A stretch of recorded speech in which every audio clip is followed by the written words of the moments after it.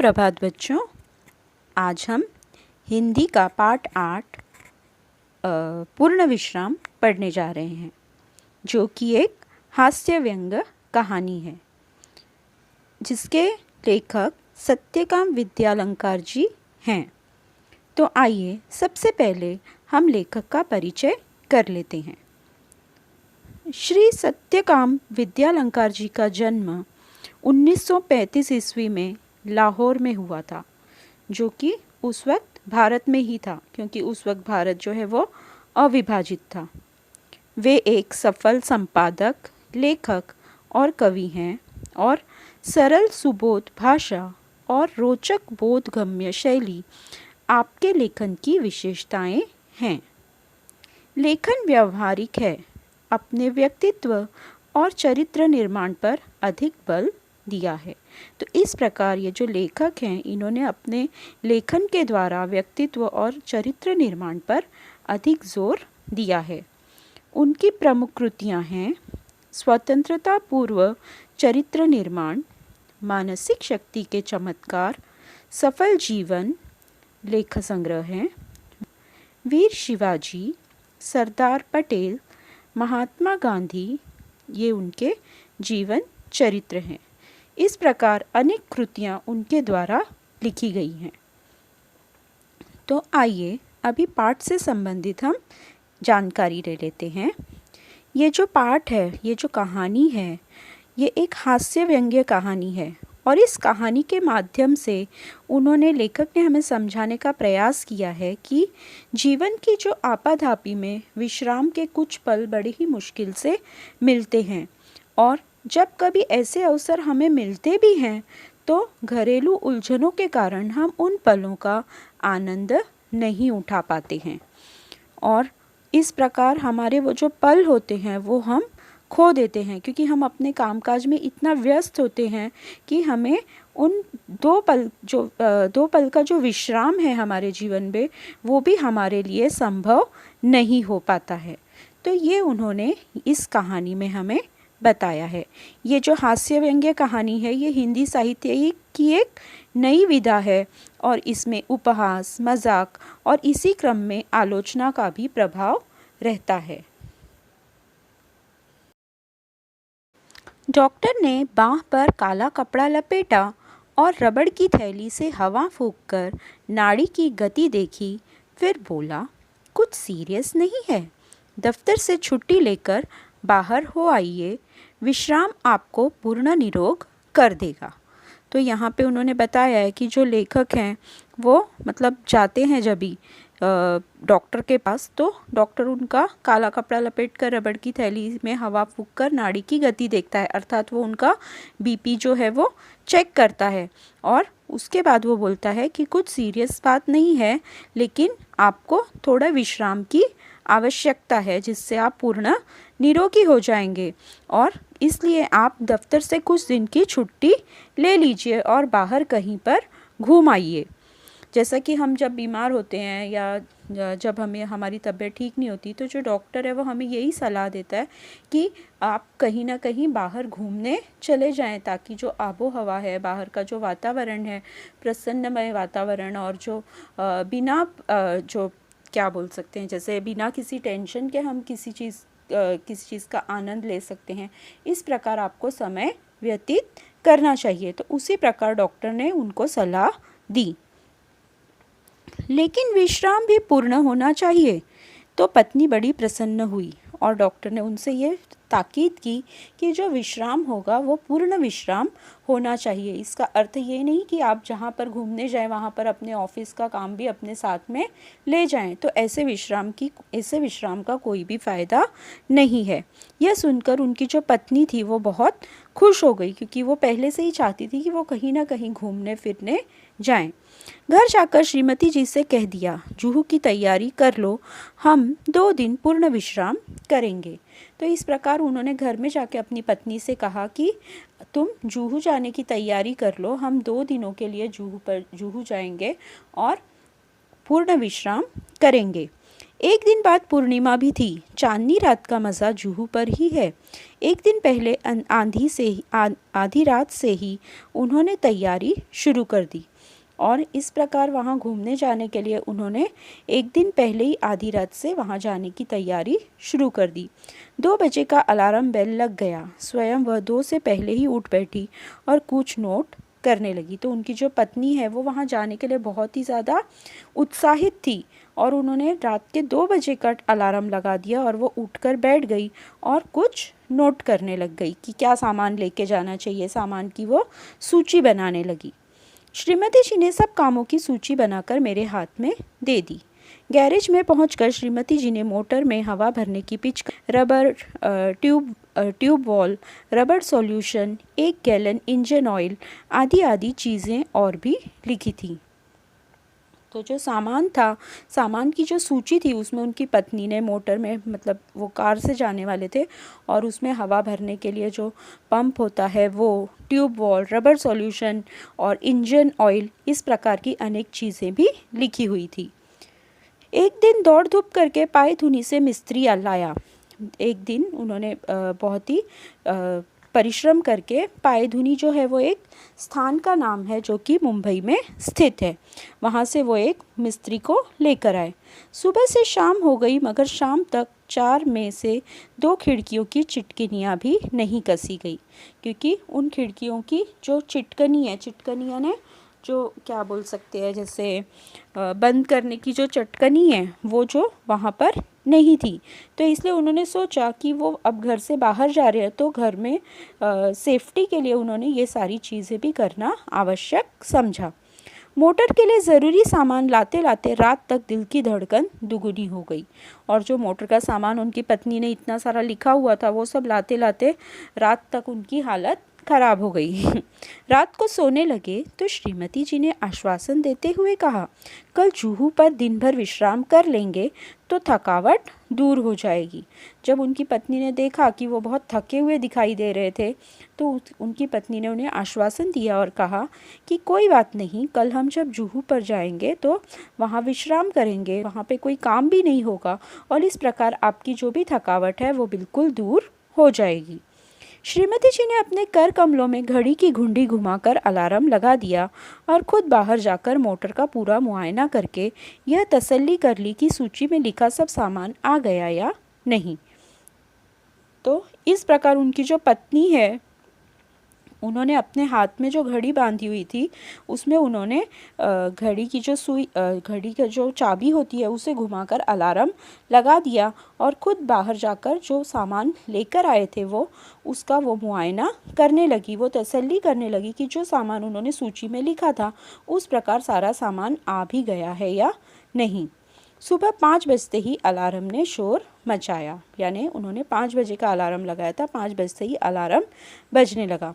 रोशनी होते न होते जुहू की तैयारी चरम सीमा पर पहुंच गई।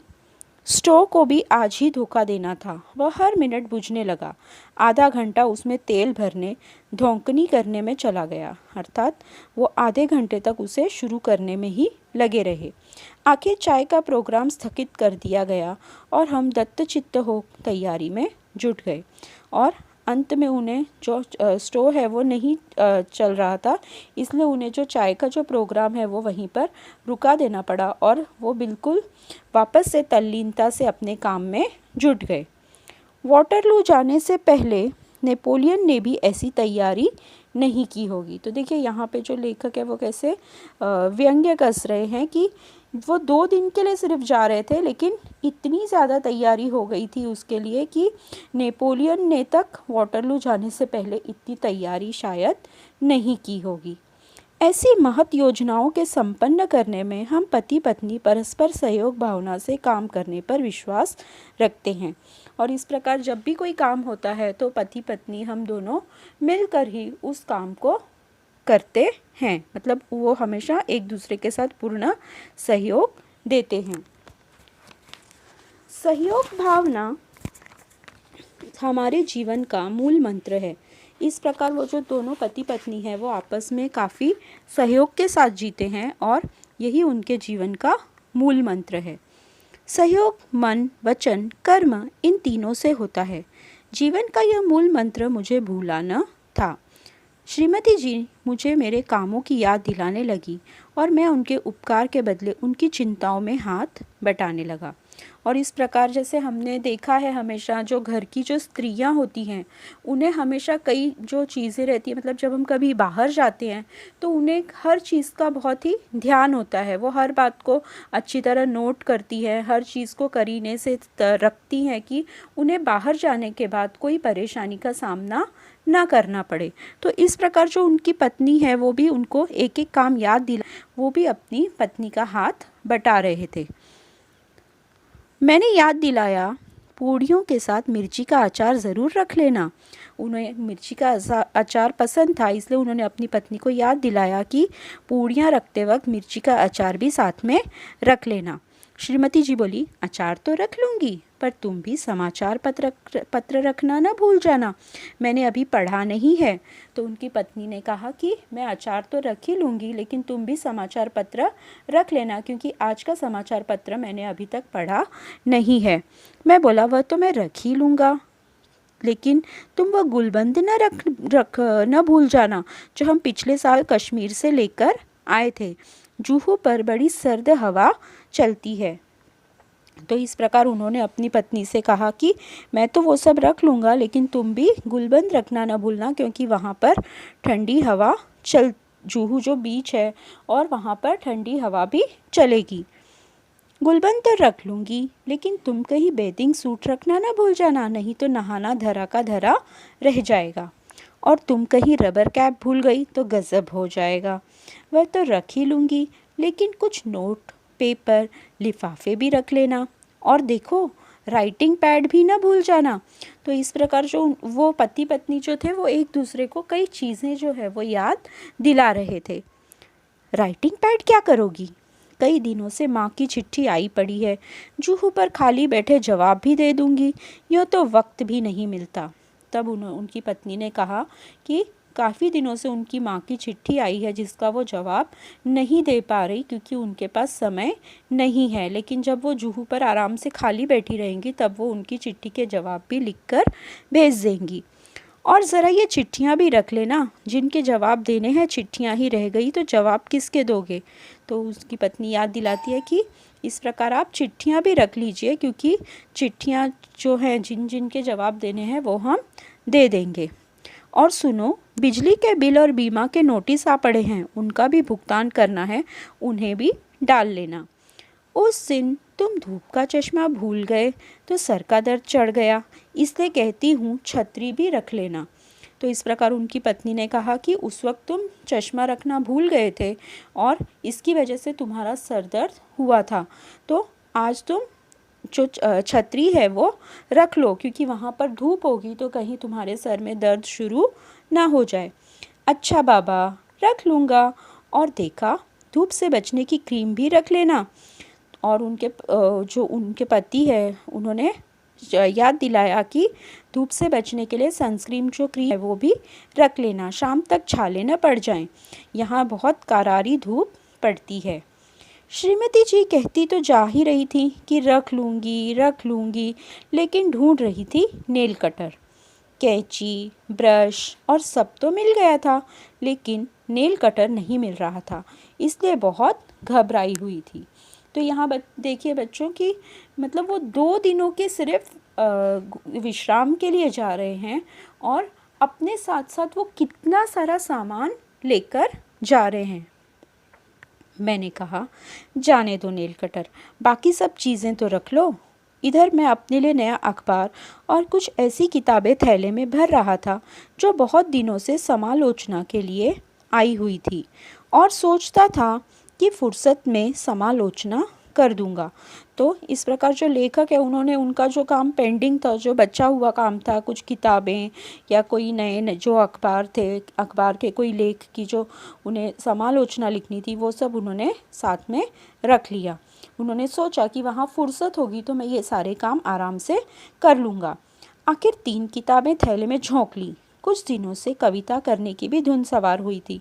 उनकी कई कतरनें इधर उधर बिखरी पड़ी थी, उन्हें भी जमा किया, और कई दिनों से उनको कविता लिखने का भी शौक़ आ गया था और उन्होंने उसकी जो अलग अलग पन्नों पे जो लिखी हुई थी उसको सबको इकट्ठा किया और सोचा काव्य प्रेरणा के लिए जुहू से अच्छी जगह कौन सी मिलेगी। और उन्होंने सोचा कि जुहू पर जाकर मुझे काव्य की प्रेरणा भी मिल जाएगी। आखिर कई अटैची, कई थैले, कई झोले भरकर हम जुहू पहुंच गए। 5-7 मिनट तो हम स्वप्न लोक में ही विचरते रहे। तो इस प्रकार वो समय आ ही गया जब वो जुहू पहुंच गए और 5 से 7 मिनट तक तो वो बहुत ही खुश थे, प्रसन्न थे कि इतने सालों बाद, इतने वर्षों बाद आखिर उन्हें आज विश्राम करने का मौका मिल ही गया। हम समुद्र में नहाने को चल पड़े। समुद्र तट पर और लोग भी नहा रहे थे। जो समुद्र का जो पानी है, जो समुद्र है, वो हर किसी को अपनी तरह आकर्षित करता है। तो इसी प्रकार जैसे ही ये वहाँ पर पहुँचे, इन्होंने भी समुद्र के पानी में नहाने के लिए तैयारी शुरू कर दी। और भी बहुत सारे लोग थे जो कि समुद्र की लहरों का आनंद ले रहे थे। एक ऊंची लहर आकर हम दोनों को ढक दिया। लहर की उस थपेड़ ने न जाने श्रीमती जी के मस्तिष्क में क्या नई स्फूर्ति आ गई कि उन्होंने मुझसे पूछा, तुम्हें याद है बरामदे की खिड़की को तुमने अंदर से बंद किया था या नहीं? तभी जैसे ही एक लहर उनकी तरफ आई, उनकी पत्नी जो है, उनके मन में एक विचार आया और उन्होंने लेखक से पूछा कि तुमने बरामदे की जो खिड़की है उसे अंदर से बंद किया था या नहीं? मैं कह उठा, मुझे तो कुछ याद नहीं पड़ता। अगर वह बंद नहीं हुई और खुली ही रह गई तो क्या होगा? कहते कहते श्रीमती जी के चेहरे का रंग पीला पड़ गया और जैसे ही उनकी पत्नी के मन में ये विचार आए तो उनके जो चेहरे का रंग था, जो आज अब तक वो बहुत प्रसन्न थी, बहुत खुश थी वहाँ आकर, उनके चेहरे का रंग जो है वो उड़ गया, क्योंकि उन्हें अब चिंता होने लगी कि यदि घर की खिड़की खुली रह गई होगी तो घर में चोरी भी हो सकती है। मैंने कहा, चलो छोड़ो अब इन चिंताओं को, जो होना होगा हो जाएगा। मेरी बात से तो उनकी आंखों में आंसुओं का समुद्र ही बह पड़ा। उनके कांपते होठों पर यही शब्द थे, अब क्या होगा? तो उनकी जो पत्नी थी, जो लेखक थे, वो तो बिल्कुल मस्त मौला थे। उन्होंने कहा, चलो छोड़ो, कोई बात नहीं, अगर खुली उसकी जो चिटकनी है वो नहीं भी लगाई होगी तो कोई बात नहीं, तुम इतना क्यों सोच रही हो? हम यहाँ पर आनंद करने आए हैं और हम विश्राम करके आनंद उठाएंगे। लेकिन जो उनकी पत्नी है वो बिल्कुल रोने लग गई और उन्होंने कहा कि अब क्या होगा, और अगर खिड़कियाँ खुली रह गई होंगी तो घर का क्या होगा? यह सोच उनकी अधीरता और भी ज़्यादा होती जा रही थी। जिस धड़कन का इलाज करने को जुहू पर आया था वह 10 गुना बढ़ गई थी। जो लेखक है वो अपनी धड़कन, मतलब जो उनको डॉक्टर ने रेस्ट करने के लिए वहाँ भेजा था, लेकिन उन्हें ऐसा प्रतीत हुआ कि वो आराम के बदले उनको कुछ ज़्यादा ही और ज़्यादा टेंशन हो गई है। मैंने तेज़ी से मोटर चलाई। मोटर का इंजन धक धक कर रहा था, लेकिन मेरा दिल उससे भी ज़्यादा तेज़ रफ्तार से धड़क रहा था। तो इस प्रकार जो लेखक है उन्होंने वापस अपनी जिस रफ्तार से वो आए थे उससे दुगुनी रफ्तार से वो वापस घर की तरफ जाने लगे। अंदर आकर देखा, खिड़की की चटकनी बदस्तूर लगी थी, सब ठीक ठाक था। और जैसे ही वो अंदर आए, उन्होंने जब देखा तो खिड़की की जो चटकनी थी वो बराबर लगी हुई थी और सब कुछ ठीक ठाक था। मैंने ही वह लगाई थी, लेकिन लगाकर यह भूल गया था कि लगाई है या नहीं। इसका नतीजा यह हुआ कि पहले तो मेरे ही दिल की धड़कन बढ़ी थी, अब श्रीमती जी के दिल की धड़कन भी बढ़ गई। तो इस प्रकार लेखक ने ही वो चटकनी लगाई थी, परंतु उतने सारे काम में वो ये भूल गए कि उन्होंने वो लगाई है या नहीं। और इस प्रकार सब, उससे पहले तो लेखक को ही दिल की धड़कन की परेशानी थी, परंतु अब उनकी पत्नी को की भी दिल की धड़कनें जो है वो तेज़ हो गई थी। मुझे याद आ रहे थे पूर्ण विश्राम और पूर्ण निरोग। साथ ही यह विश्वास भी पक्का हो गया कि जिस शब्द के साथ पूर्ण लग जाता है वह पूर्ण भयावह हो जाता है। तो इस प्रकार लेखक को यही याद आने लगा कि डॉक्टर ने किस प्रकार उन्हें कहा था कि पूर्ण विश्राम कीजिए, पूर्ण निरोगी रहिए, और उस पूर्ण के साथ साथ अब उन्हें विश्राम और निरोग के साथ पूर्ण के साथ में ये शब्द याद आने लगा, पूर्ण भयावह। तो इस प्रकार उनका जो बाहर जाने का जो कार्यक्रम था वो बिल्कुल भयावह रूप में बदल चुका था। तो ये जो कहानी है ये एक हास्य व्यंग्य कहानी है, जिसके माध्यम से लेखक ने एक आम मनुष्य के जीवन में खुशी के जो पल है वो उनका आना और उसका सुख भोगना उसके लिए किस प्रकार असंभव हो जाता है इसका वर्णन किया है। किस प्रकार लेखक अपनी पत्नी के साथ जुहू पे 2 दिनों के विश्राम ले निकलते हैं। पहले तो 2 दिन वो सारी वस्तुओं की संग्रह करते रहते हैं, उसकी तैयारी करते हैं, और फिर उसके बाद में जैसे ही वो वहाँ पर पहुँचते हैं तो उन्हें घर के बारे में चिंता होने लगती है कि खिड़की बंद है या नहीं, कहीं घर में चोरी ना हो जाए। तो ये जो चिंता है वो उन्हें वापस उसी रफ्तार से घर की तरफ लेकर आती है, और वो जो विश्राम करने की उनकी सोच थी वो धरी की धरी ही रह जाती है। तो यहाँ पर हमें ये पता चलता है कि कभी कभी हमारे जीवन में खुशी के जो पल आते हैं फिर भी घरेलू उलझनों के कारण हम उनका लाभ ठीक तरीके से नहीं उठा पाते। तो मुझे आशा है आप सभी को ये कहानी अच्छी तरह से समझ में आई होगी। धन्यवाद।